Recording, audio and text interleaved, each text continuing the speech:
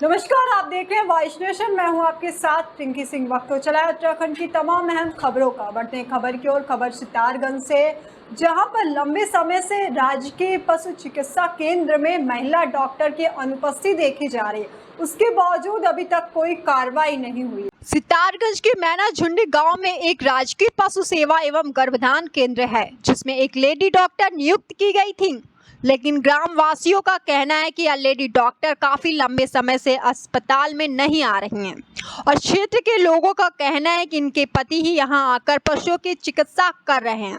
सितारगंज पशु चिकित्सा अधिकारी जितेंद्र कुमार ने अपने ही डॉक्टर का सपोर्ट करते हुए बताया कि अस्पताल के रजिस्टर में डॉक्टर की रोज की हाजिरी है। इससे पता चलता है कि डॉक्टर साहिबा हर दिन हॉस्पिटल में आती हैं, लेकिन क्षेत्रवासियों का कहना है कि डॉक्टर साहिबा महीनों से गांव में ही नहीं आई हैं और उनके पति पशुओं की चिकित्सा करते चले आते हैं।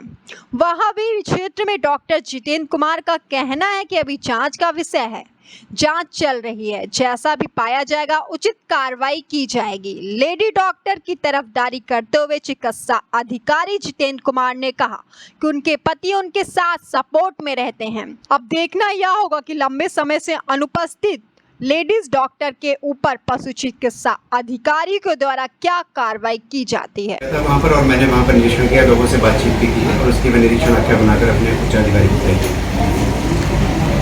नहीं, लगभग 4 दिन वो चीज़ मैं सार्वजनिक करना उचित नहीं समझ रहा हूँ। क्या मैंने निरीक्षण पाया, मैं अपने उच्च अधिकारी को उसका अनुभव करता हूँ। सर महिला ने मुझे नहीं बताया, महिला और डॉक्टर ही काम करती है, उनके हस्बैंड उनके साथ में रहते हैं, क्योंकि इसलिए साथ में उनके सहायक के रूप में रह सकते हैं उनका मदद करने के लिए। लेकिन इलाज के बारे में मुझे ऐसा किसी ने नहीं अवगत कराया कि उनके हस्बैंड के द्वारा इलाज किया।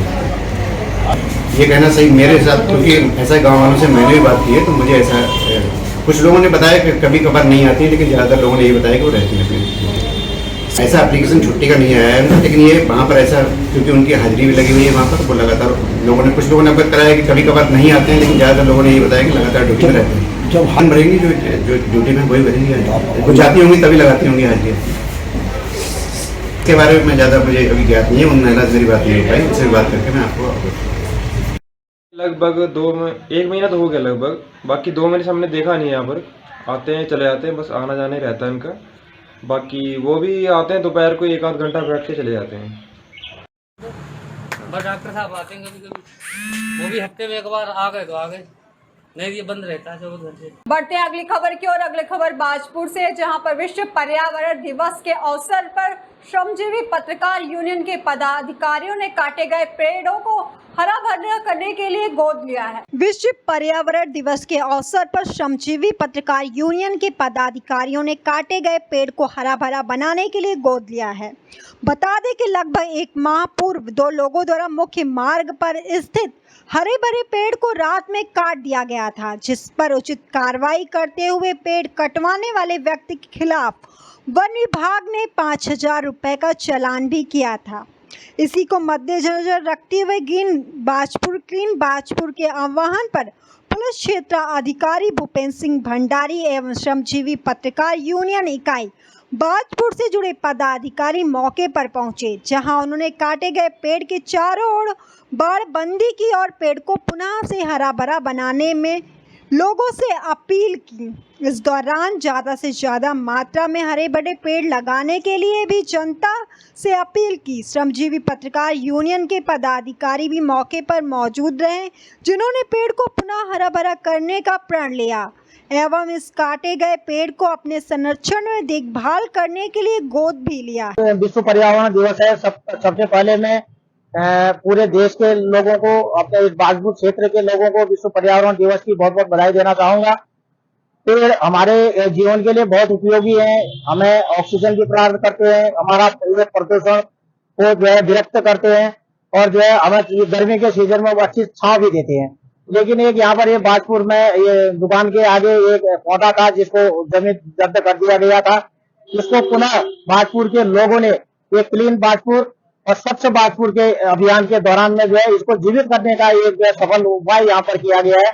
इस मौके पर मैं भी यहाँ पर आया हूँ। मैं सभी लोगों से ये अपील करता हूँ कि जो जितने भी वृक्ष हैं उनको अधिक से अधिक यहाँ बचाया जाए, ज्यादा तौर पर जो है वृक्षारोपण किया जाए, जिससे हमारे वातावरण बिल्कुल एकदम स्वच्छ और साफ रहें। बढ़ते अगली खबर की ओर। अगली खबर बाजपुर से, जहां पर संयुक्त किसान मोर्चा के आह्वान पर भूमि बचाओ मुहिम ने ब्रजभूषण सिंह का पुतला दहन किया है। संयुक्त किसान मोर्चा के आह्वान पर आज भूमि बचाओ भूमि के कार्यकर्ताओं ने ब्रजभूषण सिंह का पुतला दहन किया। भूमि बचाओ मुहिम के संयोजक संयुक्त किसान मोर्चा के नेता जगदीश सिंह बाजवा के नेतृत्व में कार्यकर्ताओं ने भगत सिंह चौक पर पुतला दहन करते हुए कहा कि जब तक हमारे देश का गौरव हमारी पहलवान बेटियों को न्याय नहीं मिल जाता तब तक संघर्ष जारी रहेगा। जिस तरह से सरकार ने जंतर मंतर से पहलवानों के आंदोलन को कुचलने का प्रयास किया है, इस आंदोलन में और तेजी आएगी। आंदोलन देश भर में चलेगा। बेटी बचाओ बेटी पढ़ाओ को नारा देने वाली सरकार आज बेटियों का शोषण करने वाले नेताओं के पक्ष में खड़ी है, जिससे सरकार के खोखले दावे की पोल खुल रही है।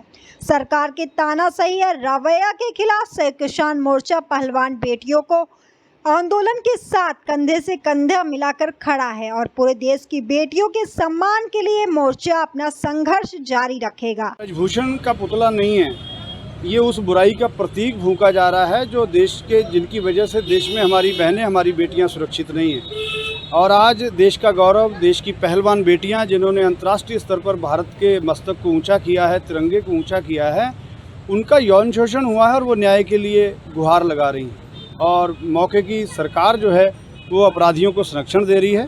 आज संयुक्त किसान मोर्चा के आह्वान पर बाजपुर में भूमि बचाओ मुहिम के कार्यकर्ताओं ने ब्रजभूषण सिंह का पुतला फूंका है और उस बुराई का पुतला है जो इस देश से जानी बड़ा जरूरी है। बढ़ते हैं अगली खबर की ओर। अगली खबर सितारगंज से, जहां पर आशा कार्यकर्तियों को मानदेय न मिलने पर चिकित्सा अधिकारी अभिलाषा पांडे को ज्ञापन सौंपा है। सितारगंज आशा कार्यकर्तियों ने सीएससी सितारगंज चिकित्सा अधिकारी अभिलाषा पांडे को ज्ञापन सौंपा, जिसके माध्यम से उन्होंने बताया कि सितंबर से अभी तक हमारा मानदेय नहीं दिया गया है, जिसको लेकर हम अपना सारा कार्य बंद कर देंगे। धामी सरकार पर निशाना साधते हुए आशा कार्यकर्ती शर्मीन ने बताया कि हमने कोरोना काल में भी अपना कार्य पूरी जिम्मेदारी से निभाया, लेकिन अभी तक हम सभी को मानदेय नहीं दिया गया।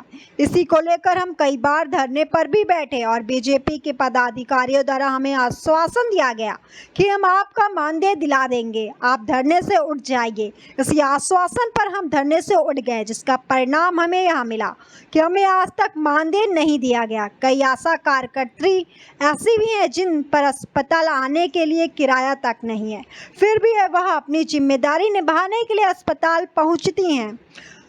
हमें मानदेय नहीं दिया जाएगा तो आज से हम कोई भी कार्य नहीं करेंगे। वहीं उपस्थित डॉक्टर अभिलाषा पांडे ने बताया कि मानदेय को लेकर आज आशा कार्यकर्तियों ने हमें यह ज्ञापन सौंपा है, जिसको हम ऊपर तक पहुंचा देंगे। अभी हम आशा बहनें यहाँ इकट्ठी हैं। अभी हम लोगों ने अपनी चिकित्सा प्रभारी मैडम को ज्ञापन दिया है। उसमें हमारी मांगे तो अभी हमने इसमें की नहीं है, क्योंकि मांगे तो हम कंटिन्यू करते चले आ रहे हैं, बट अभी तक हमारी कोई मांग पूरी नहीं हुई है। हमारी मेन समस्या ये है कि जो हमारा 8 माह से अभी तक किसी भी तरीके का मानदेय के इंसेंटिव के उस पर हम लोग कार्य करते हैं, वो भी हमारा 8 माह से सरकार द्वारा नहीं दिया गया है। लगातार हम लोग यहाँ से लेकर देहरादून तक धरना दे रहे हैं। हमारे और भी ब्लॉक वाले सारे लोग हड़ताल में। आज हमें मजबूर होकर ये कदम उठाना पड़ा है कि आज से हम लोग बिल्कुल ही कोई काम नहीं करेंगे, चाहे वो टीकाकरण हो, चाहे वो गर्भवती चेकअप हो, चाहे सरकारी डिलीवरी हो, कहीं भी कुछ भी होता है उसके जिम्मेवार हम नहीं होंगे। 193 आशाएं हैं सितारगंज ब्लॉक। बढ़ते हैं अगली खबर की ओर। अगली खबर हल्द्वानी से है, जहां पर बीजेपी की राष्ट्रीय उपाध्यक्ष एवं उत्तराखंड की सह मीडिया प्रभारी रेखा वर्मा ने प्रेस वार्ता करके बीजेपी के महाजनसंपर्क अभियान के बारे में जानकारी दी।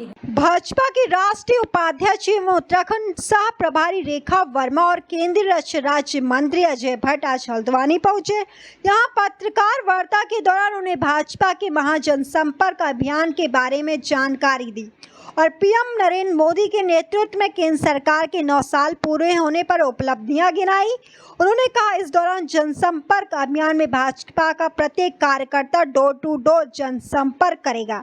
वहीं इस दौरान सह प्रभारी रेखा वर्मा से जब पूछा गया कि 2000 के नोट बंद करने का फैसला सरकार द्वारा क्यों लिया गया, तो वे हंसने लगी और सवाल को टालने की कोशिश करने लगी, पर मीडिया के सामने वह केवल इतना कहकर बच निकली कि यह फैसला सरकार द्वारा कुछ सोचकर ही लिया गया होगा, इसका फायदा ही होगा और दूरगामी परिणाम सामने आएगा। वहीं उनसे अब बेरोजगारी, शिक्षा और अर्थव्यवस्था को लेकर सवाल पूछे गए तो एक बार भी जनता को दिए गए लाभ और योजनाओं की जानकारी का हवाला देकर बच गई। वहीं जब उनसे अगला प्रश्न पूछा गया कि क्या आने वाली लोकसभा चुनाव में 5 सांसदों का चेहरा बदल सकता है, तो वे 2024 की तैयारियां करने की बात को लेकर केवल इतना ही कहा पाईं, अभी ध्यान केवल चुनावी तैयारियों पर ही है, अभी सारे सांसद तैयारियों में लगे हैं। जबरदस्त समर्थन महासंपर्क अभियान में हमको मिल रहा है।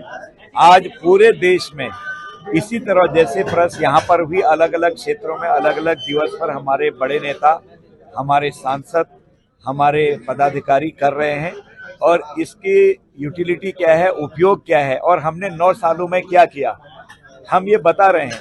महंगाई की बात आ रही है, हम 3 सिलेंडर गरीबों को मुफ्त में दे रहे हैं, ये सब आपको पता है। 3 सिलेंडर मुफ्त में दे रहे हैं।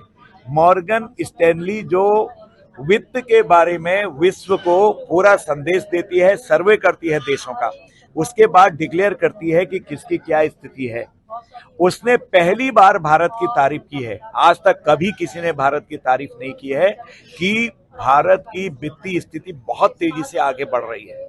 आपने महंगाई के बारे में पूछा है, विश्व की जो अभी सर्वे हुई है, सबसे कम महंगाई भारत में है और पेट्रोल और डीजल की कीमत सबसे कम भारत में है, क्योंकि जो रशिया और यूक्रेन की लड़ाई के कारण इन सारी चीजों में एक किस्म से उछाल आया है, उसको भारत ने रोक के रखा है।